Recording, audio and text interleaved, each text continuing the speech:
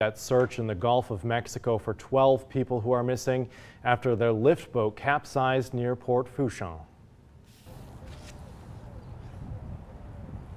That's right, Jim. At least 4 of those missing are from right here in Acadiana. In the past hour, the Coast Guard has sent us new video showing the Secor Power lift boat on its side now in the Gulf of Mexico. We also learned more about the size and scope of the search. Rescue crews have been searching more than 1,440 square miles. That's an area larger than the state of Rhode Island. There are multiple assets in the air and on the sea in that search tonight, and we are live at Fugro Chance and an office here in Lafayette. We're here tonight because we know at least one of the missing was employed by this company. Right now, the Coast Guard is continuing to look for any survivors. We know 6 men were rescued when the boat went down. A body was later discovered, and the search is now on for the missing 12. Here's the background. The vessel capsized yesterday about 8 miles south of Port Fourchon. At the time it went down, the Coast Guard says there were 80 to 90 mile-per-hour winds in the area and seas were 7 to 9 feet. The vessel was on its way to Main Pass with 19 crew members aboard. You are looking at video sent to KATC from Simon Bruce, who was in the area at the time. This gives us an idea of the kind of conditions the crew on board the Secor Power, that's the name of the vessel, were dealing with at the time. We have continuing team coverage. KATC meteorologist Bradley Benoit is looking more into the weather conditions at the time the boat capsized. Our Kendria LaFleur digs into training that is issued to maritime workers so they can survive in water. And Katie Easter spoke with some of the families of the Acadiana men who are missing tonight. And as we mentioned, there are at least 4 Acadiana men among the missing tonight. Their families tell us they are Jake Rivera of Lafayette, Gregory Wilcott of Abbeville, Dylan Daspit of Iberia Parish, and Quinnan Pete from the Lawtell area in St. Landry Parish. Dylan Daspit's wife, Hannah, sent us this picture of their family. She gave us the statement, "Everyone pray for a miracle. He needs to come home to his family. We can't live without him." We know some of the families have been in Port Fourchon since around midnight last night, waiting for any answers. Our Katie Easter spoke with some of the families. And Katie, how are they holding up at this point? I spoke with the Pete and Walcott families. They say they have no information on their loved ones, and that unknown is the hardest part. Like physically sickening, not knowing anything, just waiting. 31-year-old Quinnan Pete is from St. Landry Parish. His sister Misty Pete last spoke to him on Monday. We've been trying to make a few calls to local hospitals, but we're not really getting much of any information right now as to who has been brought in and who hasn't. 62-year-old Gregory Walcott is from Vermilion Parish. His sisters and niece describe a similar feeling. Don't have any words. It's just like a bomb just exploded and without any, notice. So, yeah, we all just at a state of shock right now.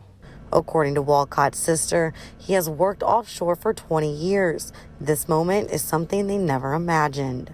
Yeah, we just still trying to stand in faith that he will be found alive.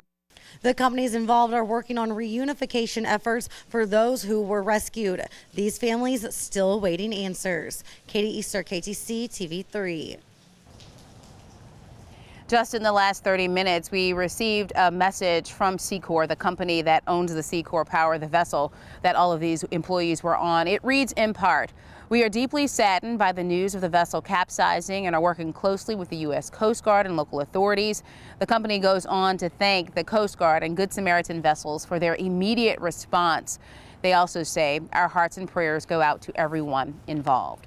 Well, training is one of the most important factors, whether you work at a company like Fugro or any of the other companies in our area that send people out onto the water. Our Kendria LaFleur is joining us live. And Kendria, you spent some time talking to a man today who trains maritime workers for this type of situation, right?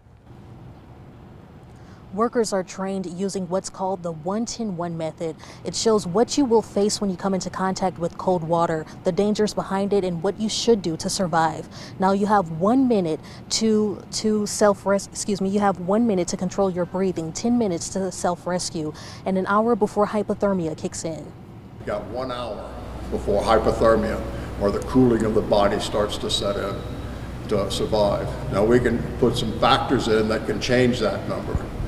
If you fall into the water and you have a life jacket on, well, the life jacket's going to keep you surface. Now I can focus on my breathing.